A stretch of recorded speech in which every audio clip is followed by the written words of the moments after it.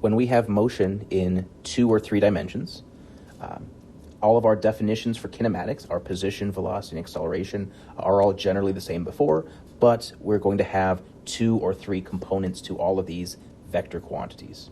So our motion diagrams are going to look largely the same as they were before. We have our dots representing the location of the object. We use a number to represent when the object is at each location. And we know that our average velocity vectors connect the dots, and we can estimate the average acceleration vectors as the difference between one vector and the next. When we want to define the position of an object in the xy plane in 2 or 3 dimensions, the object is going to have a location in 2 dimensions here, and the position is going to measure that location at an instant relative to the origin. So the position is a vector quantity that we're going to call r, because this position vector starts at the origin and it points from the origin to the location of the object. It looks like a radius r, a radial distance from the origin. So this position vector points from the origin to the object.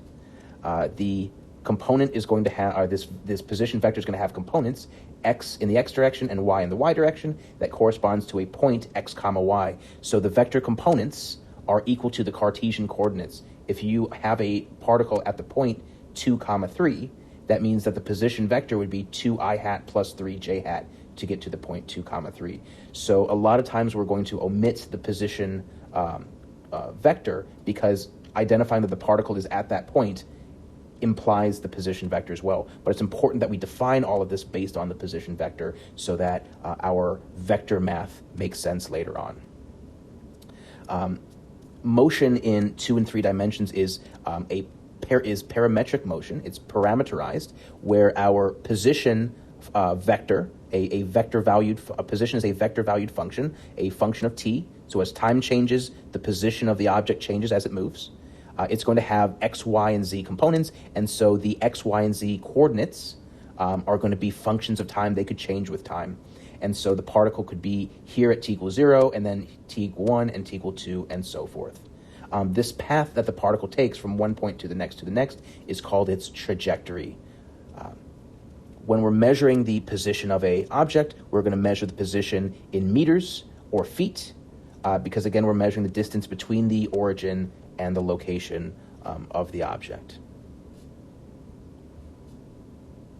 Just like we did in 1 dimension, we can find the average position of an object.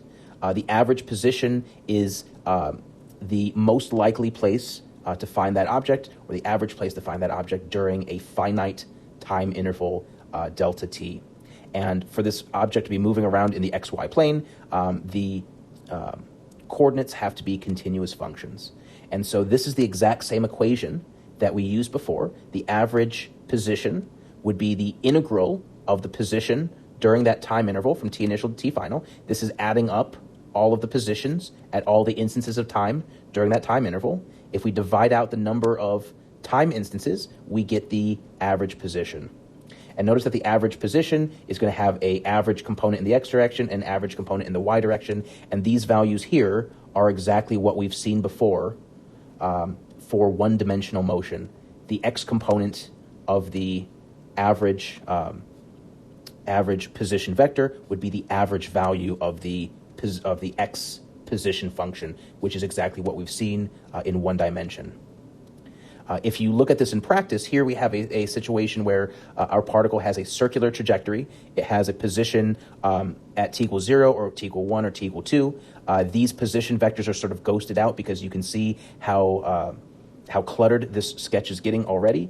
So usually you would ignore these and include the dot just to show where the particle is. If the particle is going all around this circle, then the average position is going to be at the center of the circle. The particle is never actually at the center of the circle, but the particle is to the left of the circle part of the time and to the right part of the time. It's above part of the time, it's below part of the time. And so if you average that all together, this is the average place. This is where you would probably start looking for it if you were trying to find where that particle is. The way you find it again is the exact same equation that we did before, but you do it once in the x direction and once in the y direction.